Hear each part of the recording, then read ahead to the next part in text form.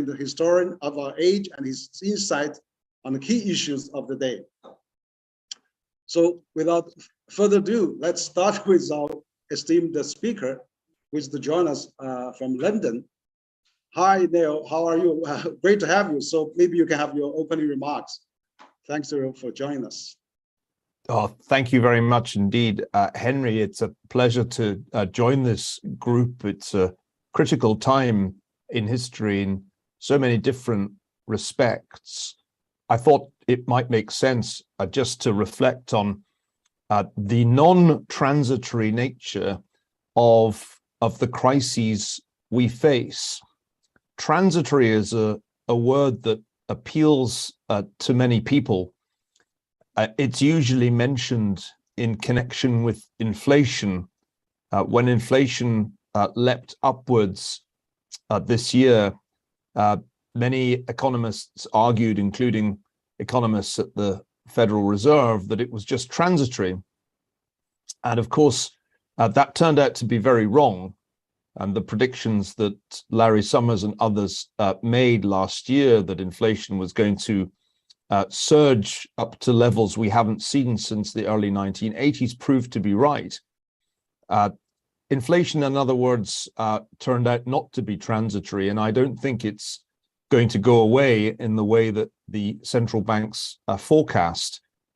A lot of people thought the war in Ukraine would be transitory too. There were people who published articles at the beginning of the war in late February suggesting that it would be over very quickly because Russia would swiftly take control of Kyiv and overthrow the Ukrainian government. When that didn't happen, there were others who argued that Ukraine was going to win the war almost as quickly. And here we are. It's June and there is no end in sight. So that war turned out not to be transitory, and it's hard to know just when it will end. And finally, of course, there's COVID-19, the pandemic that has now been going for close to 2.5 years. And anybody who tells you that it's over and that we're in the post-pandemic era isn't looking at the data where new variants continue to manifest themselves, and case numbers, hospitalization numbers, and death numbers are going up this very week in many countries.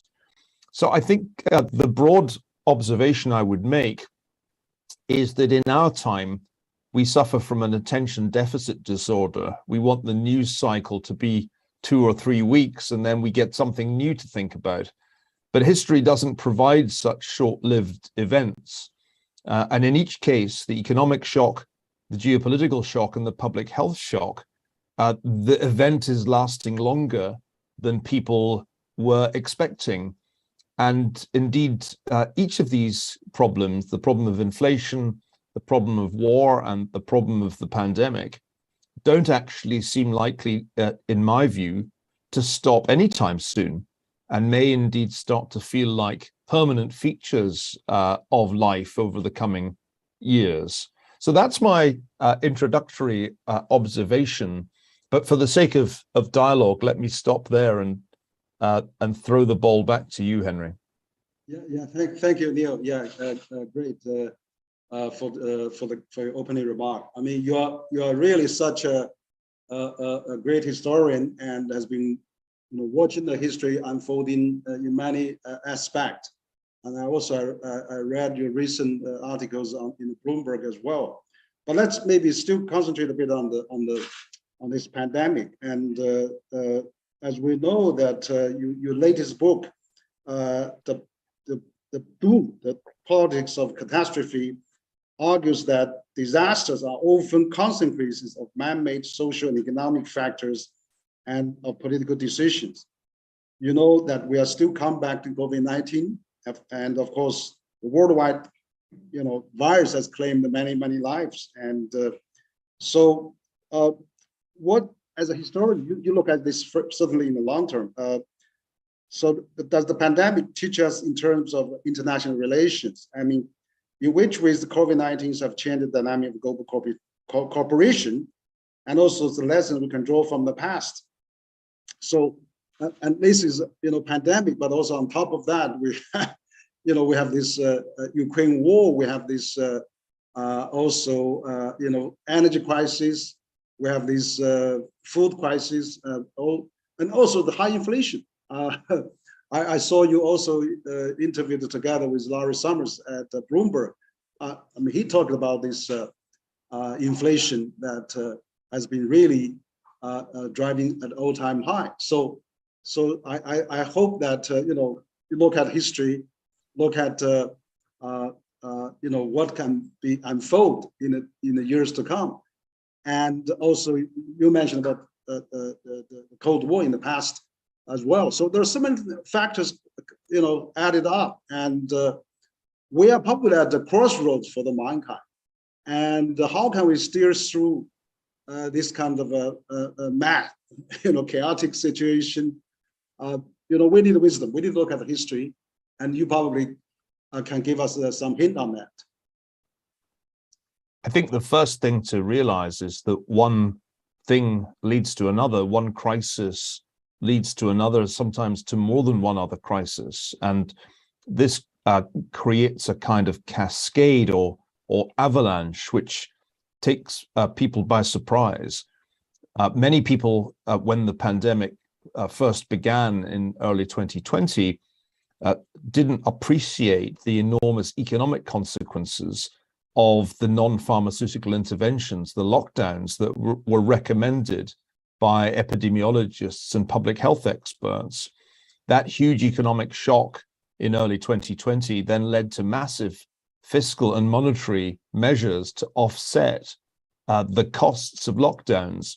But these in turn had the inflationary consequence by 2021 when vaccines became available and the need for drastic lockdowns, at least in the Western world, diminished. Of course, sometimes disasters are unrelated to one another. I don't think one could claim that the Russian invasion of Ukraine was connected in any way to the pandemic. The reality is that history in many ways is just one disaster after another, and you don't really have any way of predicting what disaster will strike next.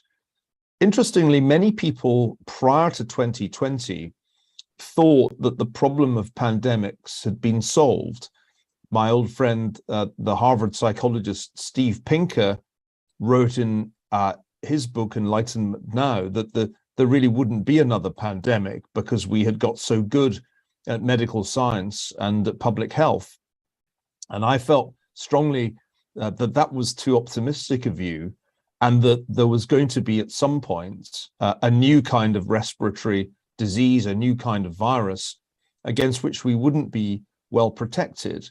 Now, compared with the distant past, compared with, for example, the 14th century when the Black Death swept across the Eurasian landmass, we've made tremendous advances, not only in terms of medical science, but in terms of international cooperation between governments, between public health agencies. And much of that progress happened in the 19th and the 20th centuries. It was fitful. Of course, it was far from a perfect system, but the World Health Organization by the late 20th century certainly represented the best achievement in international public health cooperation in all of history. So the big question becomes, why did our system perform much worse than it should have when COVID-19 manifested itself in early 2020? And I don't think we have great answers to that question yet, partly because I don't think there's been a thorough inquiry into the origins of the pandemic, not only in China, but globally. We also don't have, I think, nearly enough of an inquiry into why national public health systems did badly. The American public health system was supposed to be the best prepared in the world for a pandemic, and it turned out to perform really poorly, with in excess of 1 million deaths attributable to COVID. So I think the puzzle of 2020 and 2021 is that our international systems and our national systems did much worse than one would have expected on the eve of the pandemic. And I think it's extremely important that around the world, we really do dig into the causes of this disaster, because clearly this isn't the last pandemic. There'll be no doubt, in addition to new variants of COVID, there'll be some other form of infectious disease at some point in the foreseeable future. Because in the end, globalization, for all its benefits, created a vulnerability. And that vulnerability was that there had never been more international travel. There had never been such large volumes of people crossing borders at high speeds. And therefore, we were highly vulnerable to any new infectious disease. That, I think, is the big lesson. Thank you, Neil. Yeah, absolutely. I think that how the human beings can work together and really internationally with this dynamic of the flow of the people, unprecedented flow of people, travelers around the world. I mean, this kind of a pandemic and future pandemic really has to be dealt internationally, collectively, with some multilateral a mechanism. That's absolutely important. Now we have the pandemic. I mean, you mentioned that it's really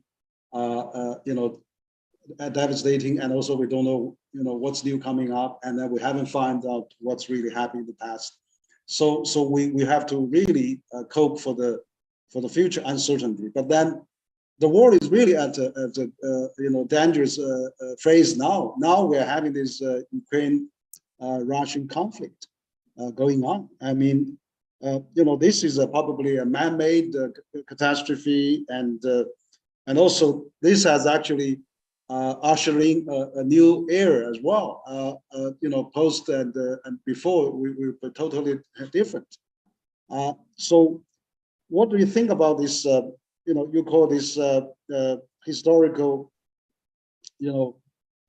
energy you have actually drawn in your recent article about 1970s, the avalanche of the history, the collapse of the history, and so in terms of this economic and geopolitical shocks that are happening, and it's actually made the world more dangerous. What is your take on the current situation, and what do you see the end of that? I mean, also now, even though Russia is confronting Ukraine, confronting probably indirectly NATO, but then, we know that the U.S. government and probably is really aiming at China in a larger context, and we see the recent visit of President Biden to Asia, and then set up the IPEF and also Quad and all the systems. So also I saw your article in the Bloomberg talk about Dante, that appeasement.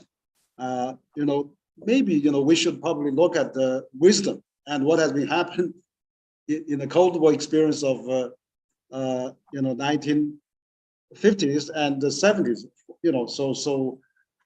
What hasn't happened in the 1930s and what has happened in the 1970s. You draw a very interesting comparison there, and so maybe you can elaborate about your those ideas, and let Chinese viewers know what is your key message at the Bloomberg article, which is very, very interesting.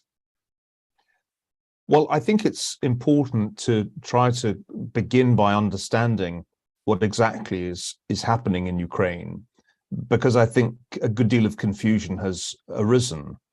I've been to Ukraine many times. I've visited the country almost every year for the last 10 years. And it's been obvious to me for some time that Ukraine was in a very vulnerable position for two reasons. Firstly, President Vladimir Putin clearly did not accept Ukraine's move westwards, not only with the discussion of potential NATO membership, but also the discussion of European Union membership. In his eyes, Ukraine was a historic part of the Russian Empire. and he consistently questioned the legitimacy of a Ukraine that effectively decoupled from Russia and became integrated into the West. That was why in 2014, Russia annexed Crimea and sent forces into eastern Ukraine to help separatists establish control of Donetsk and Luhansk. It was in response to a political crisis in Ukraine when the then president Yanukovych turned away from the possibility of European negotiations and triggered a revolution, which in turn led to the Russian intervention. So this story goes back years, not just to 2014, but even further back to 2008, when the idea of NATO membership for Ukraine was first discussed. At the same time, I think it's clear that the West offered Ukraine the worst of both worlds. It offered the possibility of NATO membership, which clearly was regarded by Russia as unacceptable, but it didn't deliver on that promise. So Ukraine had the prospect of NATO membership, but never. And that was really, I thought, the worst possible combination. And I agreed with Henry Kissinger when he argued in 2014 that it would be better to take NATO membership off the table and construct an alternative security arrangement for Ukraine on the basis of neutrality.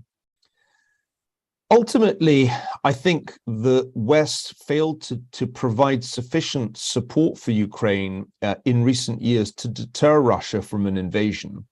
There were significant arms shipments to Ukraine, but they fell away after 2018. And it seems to me that one of the lessons here is that if you're not capable of making a country like Ukraine well enough armed to deter an invasion, then an invasion is quite likely to happen. I think now the West, led by the United States, has committed itself to preventing Ukraine from losing the war. But it's not clear to me what exactly that looks like. We have now entered a new phase of the war. Russia failed to capture the capital, Kyiv, and is now engaged in a war of attrition in the Donbas region. But from where I'm sitting, it looks as if Russia is winning that war, partly because of the very heavy casualties that Ukraine is suffering in this artillery war of attrition. So I think there's a very urgent need to think of ways to end this conflict before Ukraine is permanently and seriously damaged as an economy. I don't think it can be in the interests of the Ukrainian people for this war to go on interminably.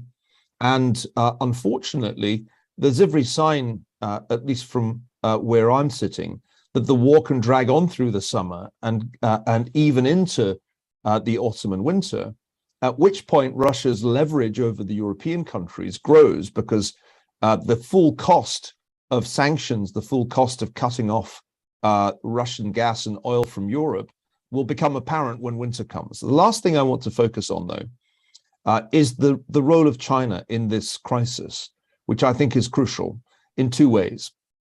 First, let me be clear.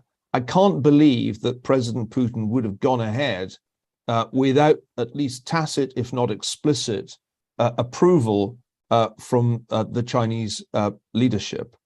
And this is an extremely unfortunate aspect of the crisis. The second point is that in response, the Biden administration seems to see the war in Ukraine primarily in terms of its relationship with China.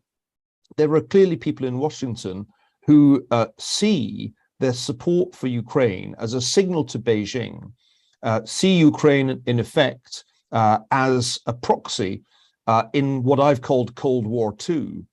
And the goal of US policy, in the eyes of at least some members of the administration, is to deter China from taking military action with respect to Taiwan.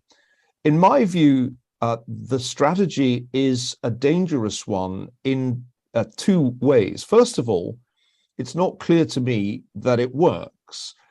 Extending the war causes all kinds of disruption, including creating an inflation problem for the world. I don't think it really a significant impact on the way the Chinese government thinks about the Taiwan question. Secondly, I think it's extremely dangerous for the United States and China to go down a collision course over the question of Taiwan. If this is Cold War II, which I believe it is, with China, as it were, taking the place of the Soviet Union, then the Ukraine war is equivalent to the Korean War in 1950. And the next stage in Cold War II would be an equivalent to the Cuban Missile Crisis.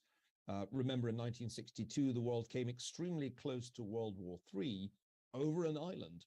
And I think we would be running a very similar risk if there were a US-China confrontation over the island of Taiwan. So my argument is, let's learn a lesson from the first Cold War. And the lesson is that détente is better than confrontation. And I would argue that it would be preferable to fast forward and avoid the Cuban Missile Crisis in our time and go straight to détente, accelerate the Cold War cycle, as it were, and get more quickly to a period when the two superpowers focus on reducing tension, slowing down the arms race, and avoiding the kind of confrontation that would carry with it the risk of World War III. Apologies, Henry, that was a very long answer, but this is an extremely important point in my mind. And it's one that I'm trying my best to communicate, not only to people in Washington, but also, I hope, to people in Beijing. Yeah, thank you.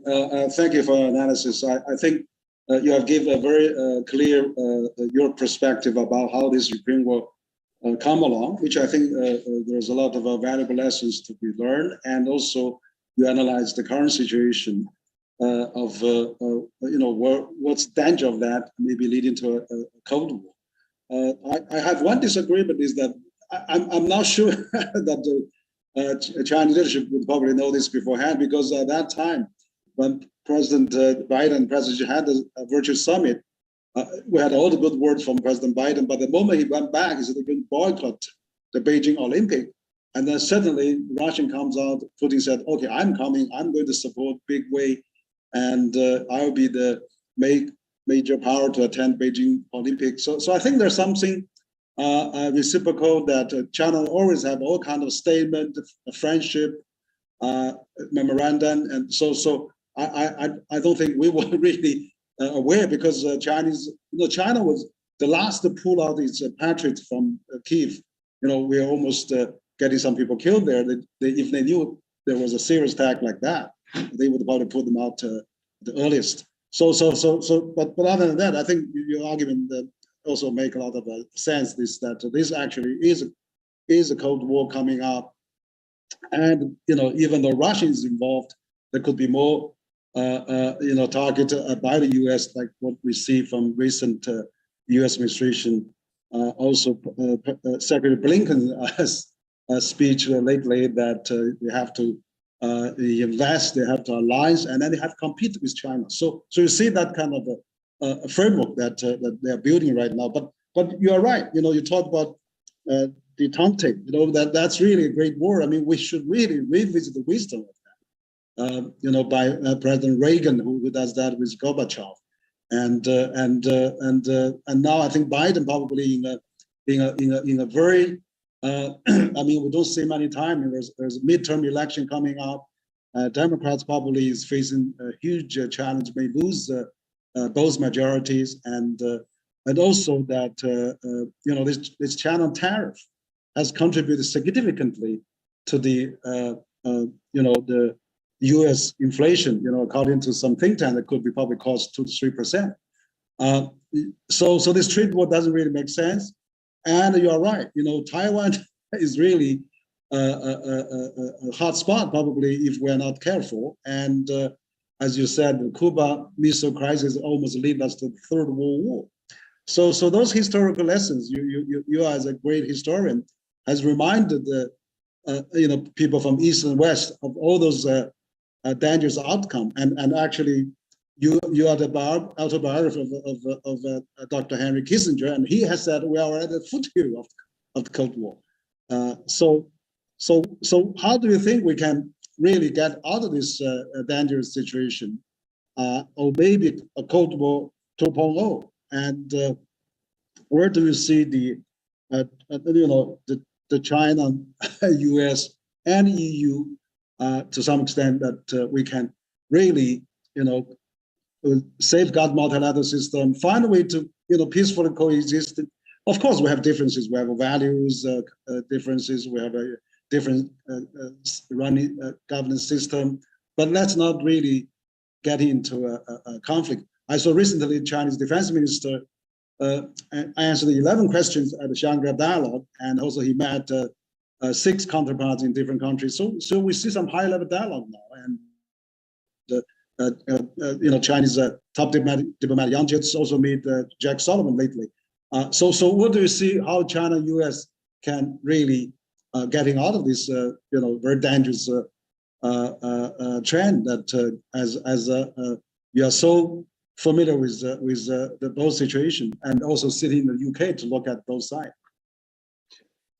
Well, I think that the lesson of history is that, and this was an argument my old friend Graham Allison made several years ago, is that a rising power and an established power are quite likely to come into conflict. This is one of the patterns of history. And the interesting thing about the relationship between the US and China is that it went through a period of being relatively harmonious and cooperative, the era of what I called Chimerica.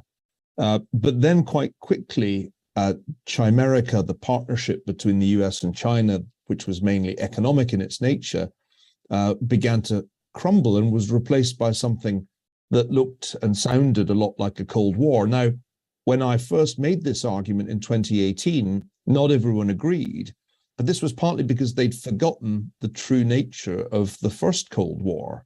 The true nature of a Cold War, as George Orwell said in 1945, is that it is a peace that is no peace. There isn't an outright world war, but the two superpowers engage in all kinds of indirect conflict. The arms race was the most obvious example of the first Cold War, the nuclear arms race, but there was also a space race. A Cold War is a technological competition, but it's also an ideological competition.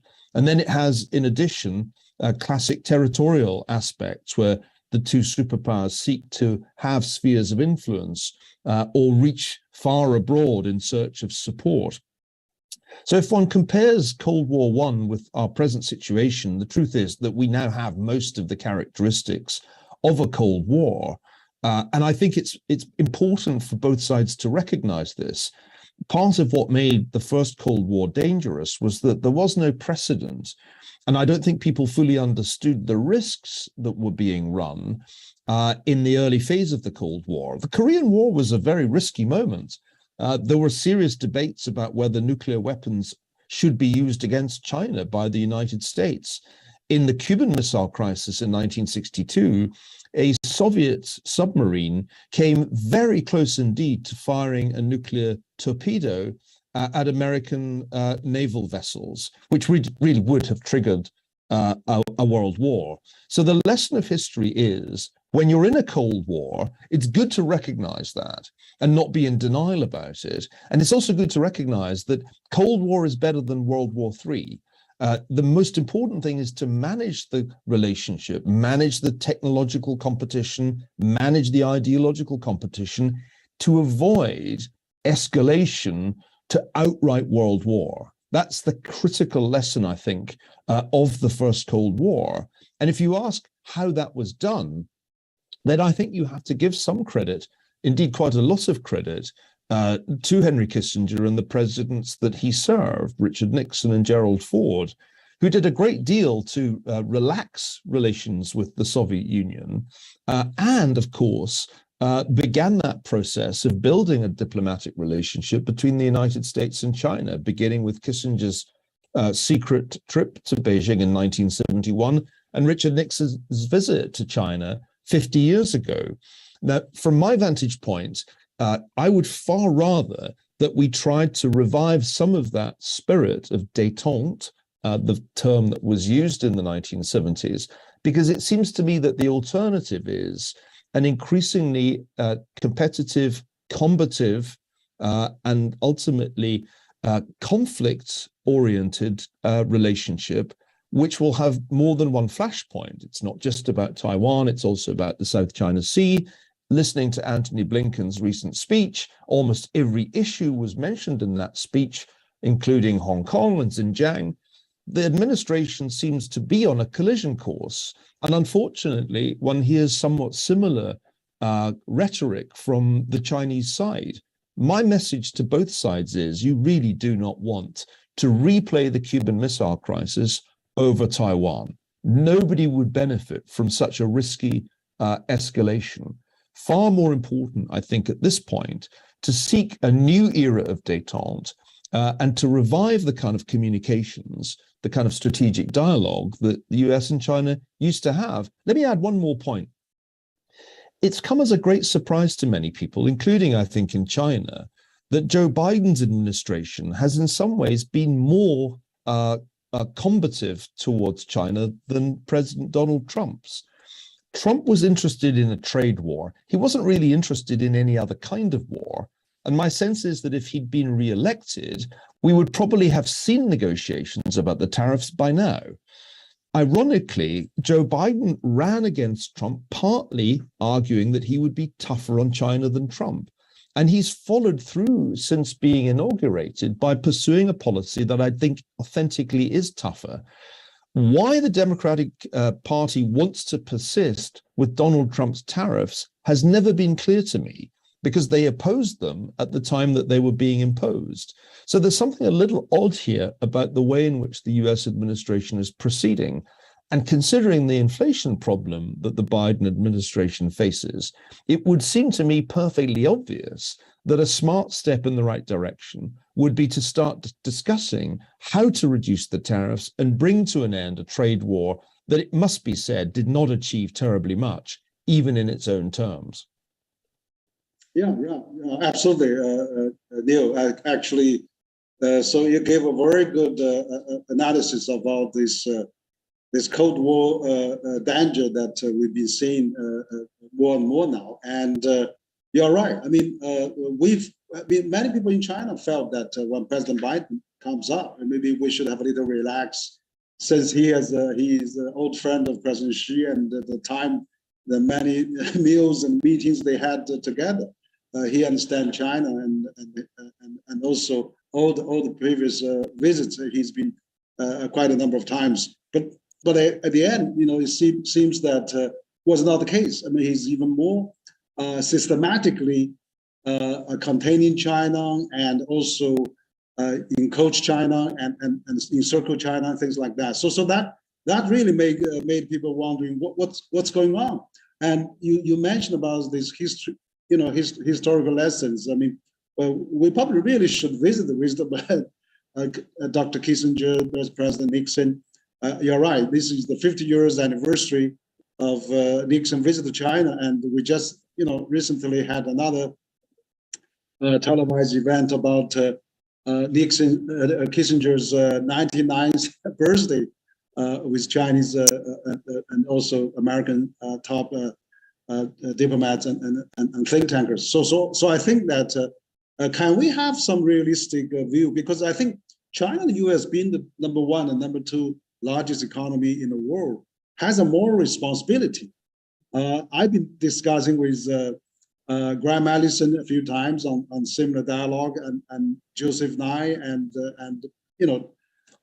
many of Larry Summers. I mean, they all felt we shouldn't have a Cold War. Nobody wants decouple.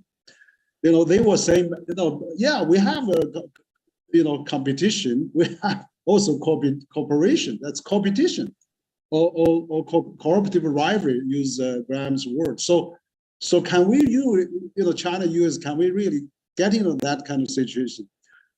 Because you mentioned about Chemika a few years ago. That was a very popular name. 300 million migrant workers married with 300 million consumers in the U.S. Let's, put this, intertwined, ecosystem that really seems to, carried on forever. But then, unfortunately, things starting to change. So how can we really get back? Because the world is really facing all the difficulties, dangers. We're probably going to have a famine with all the food prices going up. And China's energy is 70% dependent on the import. I mean, with this oil price at all-time high. So we really want to see China and US get along, manageable. Admit their differences. There's some problems. Let's face it. But we shouldn't go to the extreme of really I'm going to contain everywhere, or I'm going to drive up the military budget of all the countries in the region and everywhere. So that's really concerning, because given how dangerous, how vulnerable the world we are facing now, we can't afford the US and China not to work together. You are the historian, you know China, US so well. Need to subscribe something for us. I'd like to hear from you as well. Well, I think one of the key lessons of détente is that it takes two to tango. Both sides need to be ready to make concessions, or it's simply not going to be meaningful. By the late 1960s and early 1970s, the cost of the arms race was becoming a major problem for both sides, and indeed it was a heavier burden for the Soviet Union with its relatively smaller economy.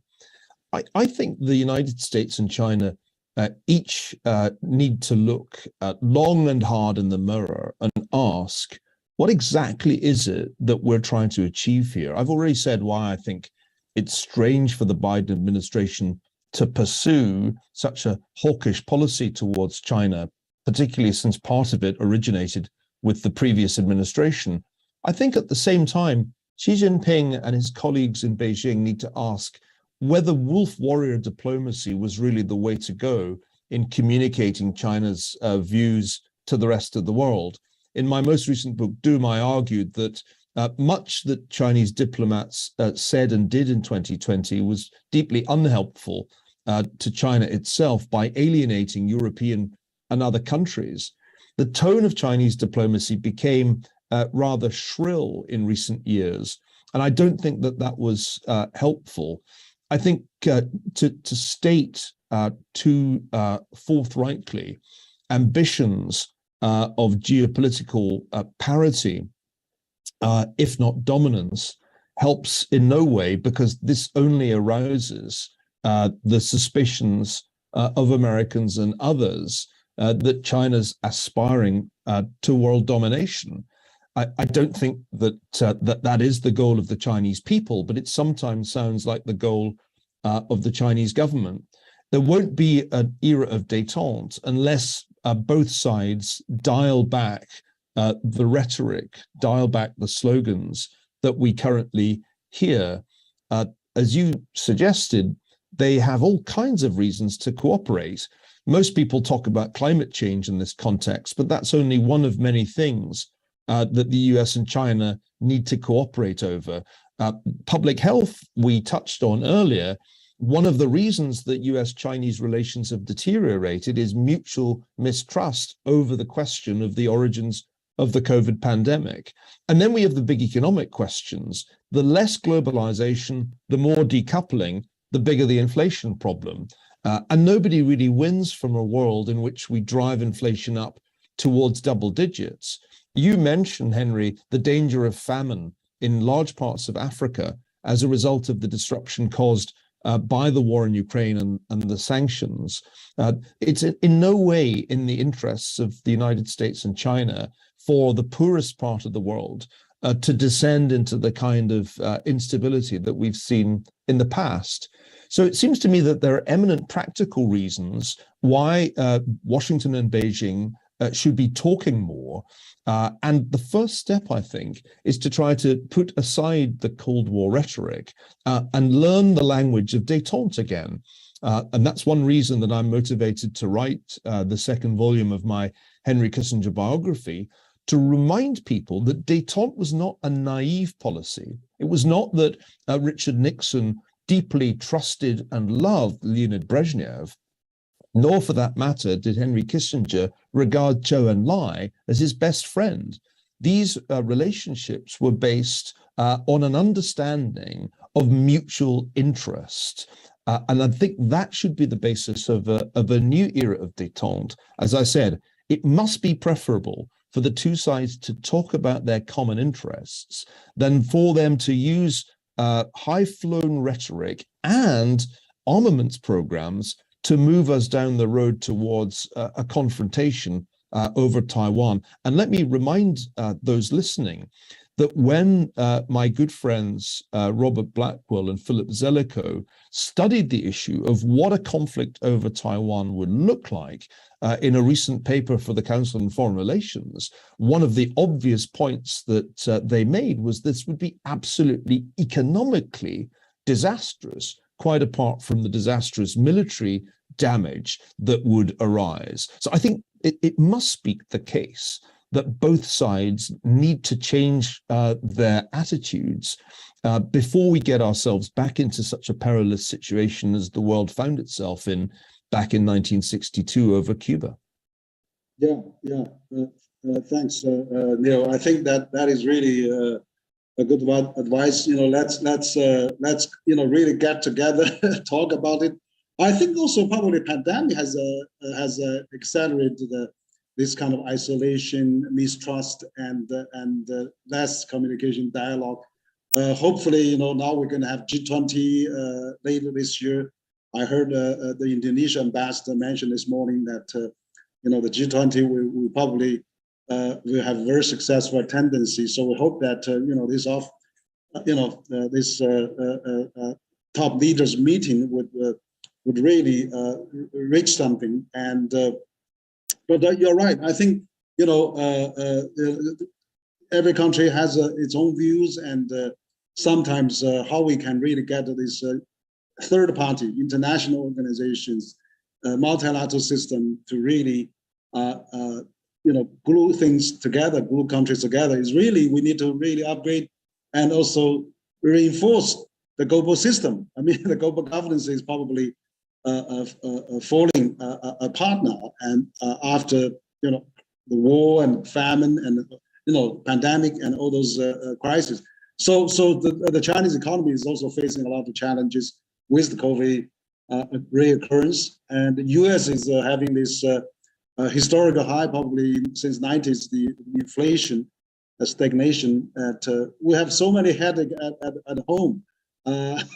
That's not really busy with all the things outside. And so before we really think hard on this thing, one of the things I'm wondering all the time is that because China has a different system. China has a 5,000 years history and culture. They always practice some kind of collectivism. There's always seniority, family values, education, hardworking, and things like that. Whereas I think Western culture, there's a Renaissance, there's individualism, there's all those freedom has been highly emphasized. So you think that from historical point of view, can different values, different system, in the end they can somehow really at least not converge, but at least they are peacefully coexisted. I was talking to Joseph Nye. He telling me maybe by 2035 or another 2040, we're okay. China is China. I mean, is a fact. We have to accept. If China is lifting 800 million people, representing 70% of global reduction, if China is also contribute over 1/3 of global GDP growth, become the largest trading nation with 130 countries, somehow, even though China have a little different system, can the West in the end accept that? And or maybe we find a way to, recognize each other, not just as a country, but maybe the way of life and the way of governance. So there's a bit of more philosophical question there, maybe to ask you in the end, I hope. Well, I think the lesson of the first Cold War is that in order for there to be détente, there has to be a kind of mutual tolerance of difference in domestic political institutions. That there shouldn't be an aspiration on one side to make the entire world in its own image. Ultimately, each side thinks it has a superior system or it has the appropriate system for its own conditions. I think that's the starting point for détente. One focuses on the international interests and leaves domestic politics pretty much off the table. The only reason that you end up with arguments about domestic politics, I think, is if one side believes that the other side is engaged in espionage or other activities that, in fact, intrude into the domestic politics, into the realm of its adversary. So I think there's a fairly clear way forward. I don't think it's likely that Americans will stop criticizing the ways in which Hong Kong's new national security law operates, or the ways in which the Uyghur population is treated in Xinjiang. I'm sure we'll continue to disagree about the status of Taiwan. Those things, I think, are not going to change. But it seems to me we could learn from 1972 how to agree to disagree. That was the essence of how Kissinger and Zhou Enlai dealt with the problem of Taiwan, ushering in half a century of what became known as strategic ambiguity. It seems to me one of the worst ideas of the last few years in the United States was to get rid of strategic ambiguity. And when Richard Haas first suggested that in 2020, I was quite shocked, because it seems to me it's worked pretty well. Why change something that has stood the test of 5 decades? Philosophically, I think each of the two superpowers has a completely different approach to politics, which is historically based. We should accept that each system has its problems. Nobody could pretend that American democracy has worked with perfect smoothness in the last few years, but nor could anybody claim that the Chinese Communist Party has done an awesome and perfect job of governance in China. Both countries have problems. In the United States, we have the highest inflation since 1982. In China, the lowest growth really since the 1970s. So I think both sides have reasons to be conscious of their own shortcomings. Nobody can claim to be perfect in this debate. But as I said, the most important thing in foreign relations is not to criticize the domestic politics of the other side. The most important thing is to find common ground on those international, those global issues that are most urgently needing to be addressed. And I've already mentioned the key ones. Normally people put climate change first. Somebody might put public health first. But in my view, the one obvious lesson of the war in Ukraine is that war is the biggest disaster. War is the disaster you want to avoid. That's the thing that shortens lives most ruthlessly and causes the worst damage and disruption. So the top priority for US-China relations has to be, face it, we're in a Cold War. Let's make sure it doesn't turn into World War III. And there are some extremely important lessons we can learn from the era of détente in that regard.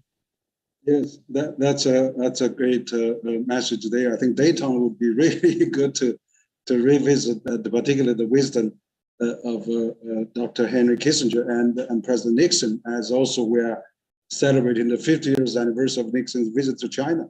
But maybe finally, as a second time you're writing the autobiography for Dr. Henry Kissinger. I mean, he's a brilliant figure in the 20th and 21st century. We saw him just celebrate his 99th birthday. Incredible. He's so clear-minded. Perhaps you can tell us a bit about how you go about this book and what can we expect, and why is your book coming out? And we can do I'm sure it'll be a bestseller in China by then. And so maybe you can disclose a little bit what we are working on and what we can expect. Well, I'm writing it now. I've written the introduction in 4 chapters. That probably means I've got about 16 or so more chapters to write. So I have a lot of work still to do. I hope very much that I can get the book finished for his centenary, for his 100th birthday next year, and have it published soon after that. Needless to say, this volume contains the critical events that we've been talking about, in particular, the opening to China and Richard Nixon's visit to Beijing in 1972. So I think from the point of view of US-China relations, it really repays a return to the primary sources. I'm working my way through tens of thousands of documents from the period, trying to piece together the origins of the improved relations with between the United States and China. And I'm hoping that the publication of the book will remind people of just why it happened and how important it has been for the United States and China to have a relationship, to be in dialogue with one another. As I said, this is not about naivety. Dr. Kissinger never pretended, as some people believed, that China would magically turn into a Western-style democracy, and he's always understood the extraordinary power of history in shaping the political differences between nations. I'm hoping, therefore, to get this book out as soon as possible because I think it's urgently needed. We've forgotten, in all the upheaval of the pandemic, in the most recent upheaval caused by the war in Ukraine, we've actually forgotten the dangers of Cold War, the risk in any Cold War that it becomes a hot war. And that, I think, is the thing that I'm most struck by as I read the documents from the early 1970s. They saw, Dr. Kissinger and his colleagues saw clearly how catastrophic it would be if the US-Soviet relationship escalated into World War III. We've forgotten how catastrophic it would be if the US and China went to war. It would be as catastrophic in terms of the military and economic as well as the human damage that would be caused. So if I can do anything to remind people of how dangerous the downside is, then it will have been worthwhile to write this very lengthy and detailed biography. Yes, yes. Thank you, Neil. I think this is going to be a great book that we all expecting. And you're right, the wisdom of Dr. Kissinger. And he actually, so 50 years, some years ago, come to China and reopened the US-China relation with President Nixon, was change the world, change the destination of both countries, and to that matter, the whole, globally. And so I'm sure that your book will be serving as a very timely and very prudent reminder of how the world we are getting to another dangerous phase, and its détente is really absolutely should be revisited, and wisdom of Nixon and Dr. Kissinger should be revalued as well. I mean, we are really needing this kind of people that still alive today had witnessed both century and has witnessed so many things happen, and you are doing such a great job in summarizing, analyzing, and also looking at history and predict the future. So we really appreciate you taking the time to talk to us, and I'm sure we're going to get a lot of food for thought out of your great talk with us. So Neil, I really appreciate you taking the time. We had a little technical problem at the beginning, but I apologize for that. But we had a very busy day. Today we had Henry Paulson in the morning. We had 20 ambassadors come to the CCG meeting room, and we have another China European Business Council, China EU Business Roundtable this afternoon, right before we start. So there's a bit of catch up, but I'm really glad that we really worked out. And I'm Henry Huiyao Wang, the founder and president of Center for China and Globalization. I really appreciate Neil speaking with us. We actually talked, I was at London quite a number of years ago. We were at the same panel. You were just flying from US with your jet lag. I remember well, we shared the same stage with a British think tank. So that was really great. So any last word, and we'll close after your final word. Very briefly, Henry, I think it's extremely important that we have conversations like this, and that through the unofficial channels of academia, we have a discussion about where the US-China relationship goes from here.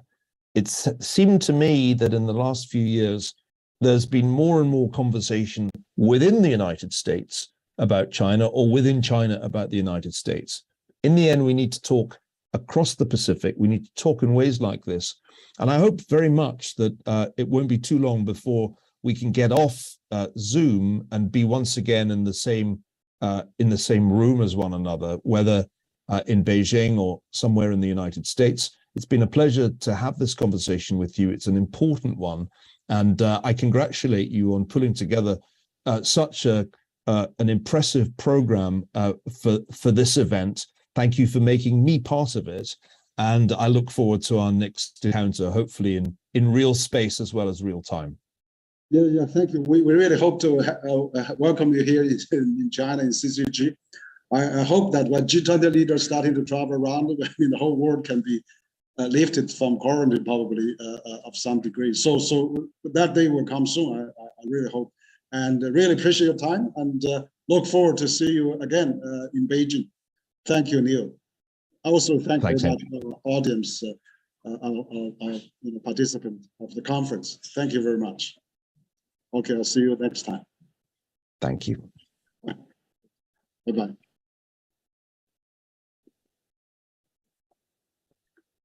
Thumbs up.